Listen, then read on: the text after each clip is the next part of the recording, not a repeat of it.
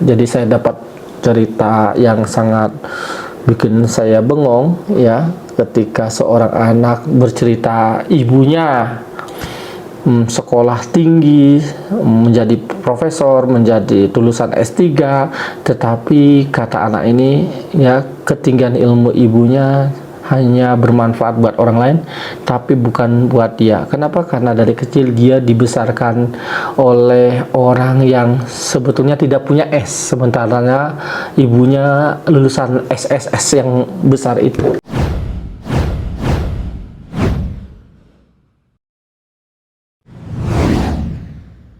Tahun 1940-an, seorang psikiatris namanya Bapak René Spitz melakukan penelitian terhadap beberapa bayi yang tidak beruntung. Kenapa disebut tidak beruntung? Karena bayi-bayi ini dibagi dua kelompok, ya, dan kedua kelompok ini terkategori tidak beruntung. Kelompok pertama adalah bayi-bayi yang ditelantarkan oleh orang tua lalu disimpan di panti asuhan atau foundling home. Panti asuhan ini disebut sebagai panti asuhan perfectly adequate foundling home. Jadi panti asuhan yang nutrisi anaknya terpenuhi, lalu kemudian juga diberikan baju yang layak, diberikan obat-obatan yang juga medical care juga yang sudah bagus begitu. Lalu satu kelompok bayi lagi adalah bayi-bayi yang di mana ibunya dipenjara karena melakukan tindakan-tindakan melawan hukum. Lalu kemudian bayi ini disimpan tempat penitipan anak, tetapi tempat penitipan anak ini diletakkan tidak jauh dari di mana ibunya dipenjara. Meskipun dua kelompok bayi ini superficially similar, di dalam buku tersebut disebutkan, saya kutip buku dari What's Going in There karangan Ibu Liz Elliot, lulusan Harvard, seorang neuroscience. Tetapi supervisi 9 karena keduanya disediakan misalnya makanan yang cukup, baju yang cukup, dan medical care yang cukup, ya seperti itu. Tetapi kemudian yang membedakan dari kedua kelompok bayi yang tidak beruntung ini adalah bayi-bayi yang dimana ibunya dipenjara. Bayi-bayi ini masih memiliki kesempatan untuk berinteraksi dengan ibunya sendiri, masih diberikan ASI oleh ibunya sendiri, masih diajak main oleh ibunya sendiri, meskipun dengan beberapa batasan karena tetap ibunya dipenjara. Jadi setelah beberapa waktu, bayi-bayi ini kemudian misalnya setelah dikasih ASI, setelah dikasih waktu untuk main dengan ibunya, disimpan lagi di tempat penitipan anak yang letaknya tidak jauh dari penjara. Sementara bayi-bayi di panti asuhan memiliki perbedaan dalam hal ini, yaitu bahwa setiap 8 bayi mereka diurus oleh satu pengasuh. Dan apa yang terjadi setelah beberapa tahun kemudian, teman-teman, dampaknya bagi saya sungguh menyedihkan jika itu terjadi kepada anak-anak kita.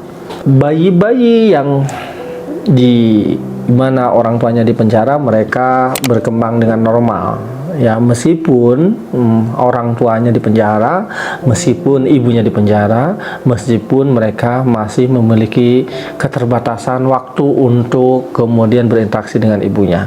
Tetapi ternyata setelah 3-4 tahun kemudian, bayi ini berkembang dengan normal. Sementara bayi-bayi yang di panti asuhan secara kontras, mereka memiliki sangat minim stimulasi. Mereka hanya dibesarkan oleh satu nurse atau pengasuh untuk setiap 8 bayi. Kecuali pada saat pemberian makanan dan penggantian popok bayi, setiap bayi tetap diisolasi dalam kotak bayi mereka. Itu perlakuan yang mereka terima. Lalu kemudian mereka tetap ditutup dengan selimut, ya, yang nyaman untuk agar mereka bisa terhindar dari infeksi bakteri atau virus. Tetapi hampir sedikit atau tidak ada alat-alat mainan, ya, yang mereka dapat lihat. Dan yang paling buruk, bayi-bayi di panti asuhan itu ternyata disebutkan, ditulis di situ, a bare minimum of human contact, yang memiliki kontak minimal dengan manusia, ya, dan afeksi yang minimal. Dan akhirnya bayi-bayi itu setelah beberapa tahun kemudian, ya, mereka sebut dengan suffered devastatingly, ya. Apa yang terjadi dengan bayi-bayi di panti asuhan itu? Sebagian besar bayi itu ternyata bahkan tidak bertahan hidup sampai usia 2 tahun, ya. Mereka sebagian bahkan ada yang stunting, ya, lalu kemudian highly prone to infection, rentan terhadap infeksi, lalu mereka mengalami retardasi baik secara kognitif atau emosional, sampai usia mereka 3 tahun. Bahkan sebagian besar mereka tidak bisa berjalan, tidak bisa bicara. Most couldn't even walk or talk, begitu katanya. Dan ini sangat kontras dengan bayi-bayi yang tadi ibunya di penjara.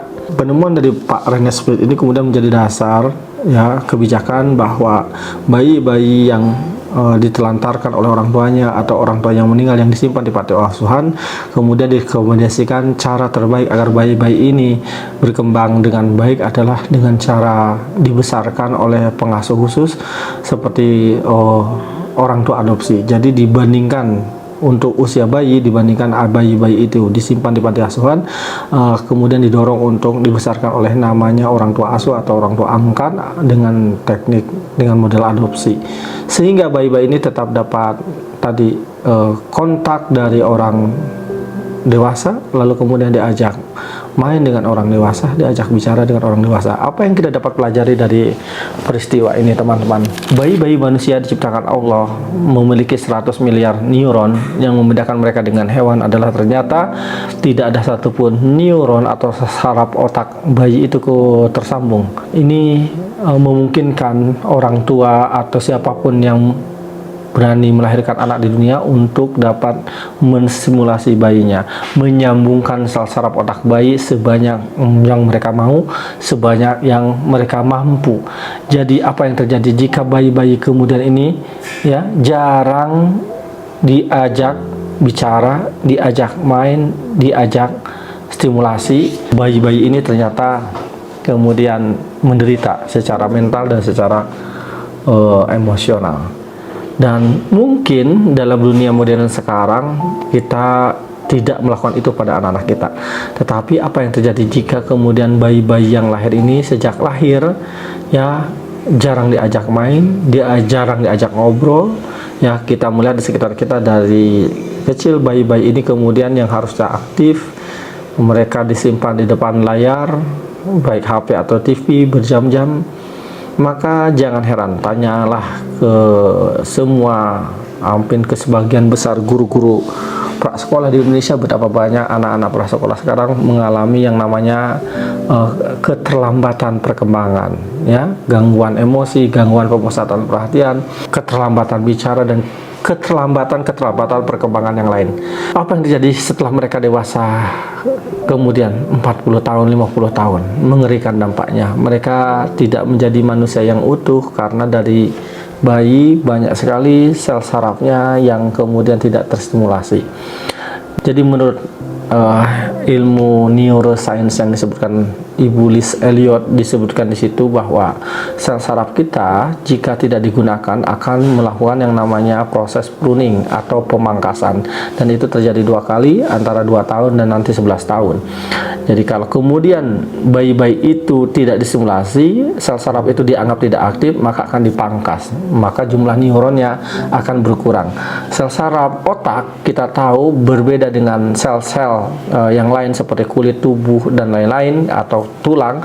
Mereka memiliki perbedaan yang sangat signifikan. Sel tubuh kita mampu melakukan namanya memproduksi sel-sel baru, tetapi kalau sel saraf otak mereka sebut dengan yang namanya terkategorisasi secara terminal. Artinya mereka sudah tahap ujung memiliki fungsi-fungsi khusus. Jadi kalau ada sel saraf otak kemudian tidak difungsikan, mati dan tidak akan diproduksi lagi. Jadi proses neurogenesis tidak akan terjadi lagi kecuali untuk beberapa bagian otak, tapi sebagian besar otak lain tidak terstimulasi. Jadi PR kita sebagai orang tua adalah bagaimana caranya ketika kita berani melahirkan bayi anak ke dunia, kita tetap tidak meninggalkan anak, kita ngur anak, mereka mendapatkan pengalaman stimulasi dari orang tuanya. Itu sebabnya teman-teman kenapa makanan bayi disimpan di dada ibunya. Supaya apa? Supaya anak-anak itu tidak jauh dari ibunya. Maka kalau kemudian anak-anak dijauhkan dari ibunya, apa yang terjadi? Ya, mereka mungkin dikasih yang namanya makanan seperti diperas dan lain-lain, mereka terpenuhi secara gizi tetapi tidak secara emosional. Maka saran saya kepada pemerintah dan kepada kita semua, jika misalnya perempuan-perempuan, ibu-ibu yang kemudian memang harus punya amanah di luar rumah, maka sediakanlah daycare terbaik itu di kantor, di dekat ibunya, sehingga ibunya kemudian bisa maksimal memberikan makanan bukan hanya untuk tubuhnya tapi juga untuk emosinya, bukan di sekolah-sekolah yang jauh dari orang tuanya, ya. Dan saya sangat tidak merekomendasikan bahwa bayi-bayi yang lahir ke dunia dibesarkan oleh apa yang disebut dengan nurse, apa yang disebut dengan asisten rumah tangga, ya.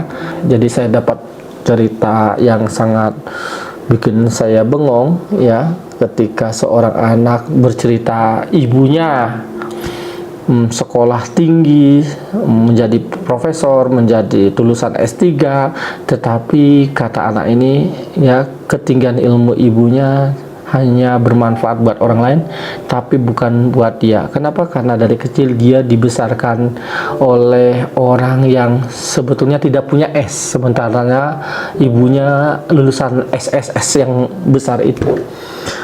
Mudah-mudahan ini bermanfaat. Assalamualaikum warahmatullahi wabarakatuh.